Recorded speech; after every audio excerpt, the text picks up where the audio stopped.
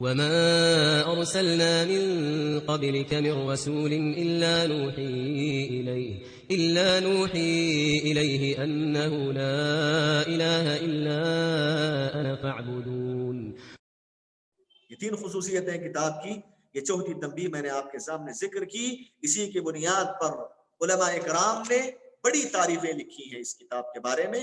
کچھ تذکر آپ کے سامنے کر کے اپنی بات ختم کرتا ہوں. علامہ عبداللطیف بن عبد الرحمن آل الشیخ نے اس کتاب سے متعلق کیا بات کہی، بلکہ محمد الوہاب رحمہ اللہ کی ساری کتابوں سے متعلق کہا وَقَدْ تَتَبَّعَ الْعُلَمَاءُ مُصَنَّفَاتِهِ مِنْ أَهْلِ زَمَانِهِ وَغَيْرِهِمْ فَأَعْجَزَهُمْ أَنْ يَجِدُوا فِيهَا مَا يُعَابُ. کتنی بڑی بات ہے. کہا کہ محمد بن عبد الوہاب رحمہ اللہ کے زمانے میں جو علماء تھے وہ علماء اور ان کے بعد کے زمانے میں جو علماء ہیں سارے علماء نے محمد بن عبد الوہاب رحمہ اللہ کی پوری کتابوں کو پڑھا، بڑی باریکی سے پڑھا، لیکن کسی نے محمد بن عبد الوہاب رحمہ اللہ کی ایک کتاب میں عیب ظاہر نہ کر سکا. کسی ایک کتاب میں انہوں نے یہ نہیں کہہ سکا کہ دیکھو یہ کتاب اللہ سنت رسول کے خلاف ہی بات. عیب جو یہ نہیں کر سکے، عیب نہیں لگا سکے. خصوصیت ہے محمد عبد الوہاب رحمہ اللہ کی شخصیت اور ان کی کتابوں کی، اور ان کتابوں میں سے ایک کتاب یہ ہے کتاب التوحید. علامہ سلیمان بن عبداللہ بن محمد بن عبد الوہاب رحمہ اللہ کہتے ہیں کتاب التوحید کے بارے میں کتاب فرد فی معناه لم يسبقه الیہ سابق ولا لحقه فیہ لاحق. مختصر جملہ، سلیمان بن عبداللہ بن محمد بن الوہاب رحمہ اللہ نے کہا تیسیر العزیز الحمید میں کہ کتاب التوحید ایسی انوکھی کتاب ہے، ایسی مایاناز کتاب ہے، ایسی منفرد کتاب ہے اپنی باب میں. اس محمد بن عبد الوہاب رحمہ اللہ سے پہلے اس طرح کی کتاب نہ کسی نے لکھا، نہ محمد بن عبد الوہاب رحمہ اللہ کے بارے میں کسی نے ایسی کتاب لکھی. کتاب التوحید الوہیت میں اتنے بہترین انداز سے جو کتاب لکھی گئی ایسی کتاب نہیں لکھی گئی. عبد الرحمن بن حسن آل شیخ رحمت اللہ علیہ کہتے ہیں فَيَلْزَمُ الْأَمِيرُ أَن يَأْمُرَ عَلَى جَمِيعِ الْمُدَرِّسِينَ وَأَئِمَّةِ الْمَسَاجِدِ بِالْحُضُورِ عِنْدَمَا يُعَلِّمَهُمْ دِينَهُمْ وَيُلْزِمَهُمْ الْقِرَاءَ فِيمَا جَمَعَهُ شَيْخُنَا فِي كِتَابِ التَّوْحِيدِ مِنْ أَدِلَّةِ الْكِتَابِ وَالسُّنَّةِ التي فيها الفرقان بين الحق والباطل وقد جمع على اختصاره خيرا كثيرا. کتنی پیاری بات. عبد الرحمن بن حسن آل شیخ کہتے ہیں اس کتاب کے بارے میں وقت کے حاکم پر، وقت کے بادشاہ پر، وقت کے امیر پر، وقت کی ذمہ دار شخص پر یہ بات لازم ہوتی ہے کہ وہ مساجد کے ائمہ، مدرسین، اساتذہ کو اس بات کا مکلف کر دے کہ وہ بچوں کے پاس جائیں، لوگوں کے پاس جائیں، وہ جا کر اس کتاب کی تعلیم دیں، اس کتاب کو پڑھائیں، اس کتاب کا درس دیں، تاکہ لوگ کتاب التوحید کو اپنا سکیں اور شرک سے اپنے آپ کی حفاظت کر سکیں. اور مؤلف رحمہ اللہ نے اس کتاب میں دلائل، کتاب و سنت کے دلائل ذکر فرمائے ہیں. ایسے کتاب و سنت کے دلائل جس کے اندر حق و باطل کے درمیان فرق کیا گیا ہے، فرقان ہے وہ حق و باطل کے درمیان. اور وقد جمع على اختصاره خیرا کثیرا، کتاب مختصر لکھی لیکن اس کے اندر بہت زیادہ خیر جمع کر دیا، بہت زیادہ بھلائیاں خیر جمع کر دیا، توحید کے خزانے جمع کر دیے.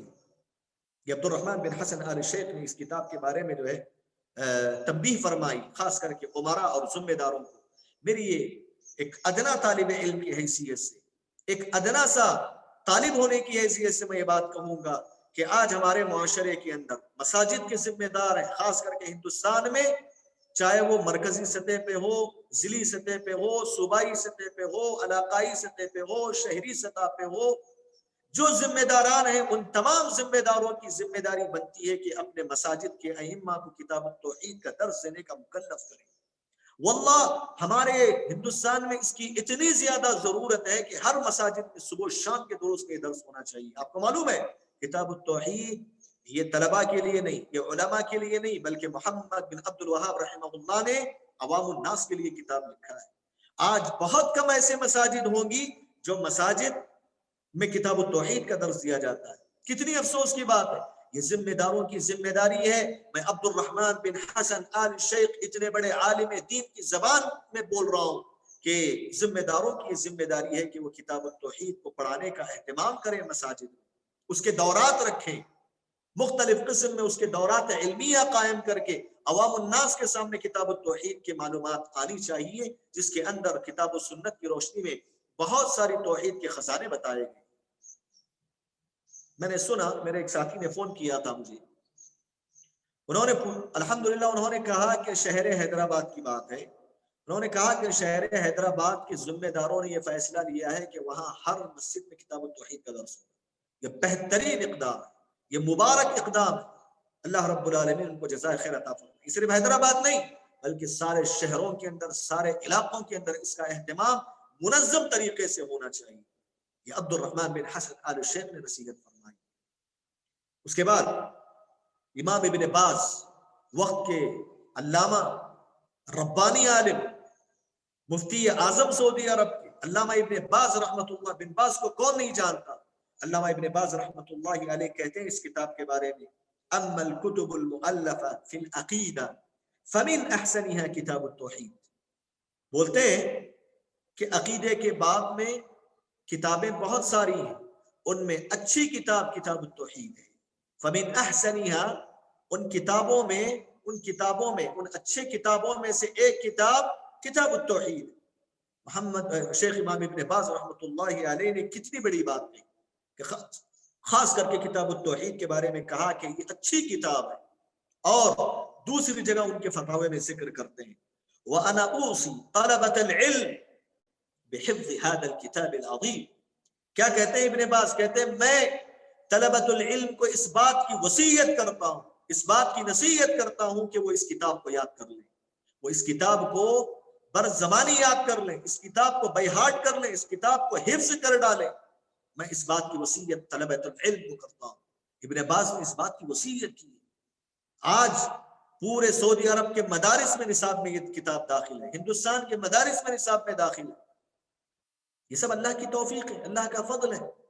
محمد بن الوہاب رحمہ اللہ کو جو اللہ نے دیا تھا، تو یہ کتاب کے سلسلے میں کچھ تزکیات، کچھ اہم تعریفات جو بڑے بڑے علماء نے اس کتاب سے متعلق ذکر کی ہیں، اس کا میں نے ذکر کیا.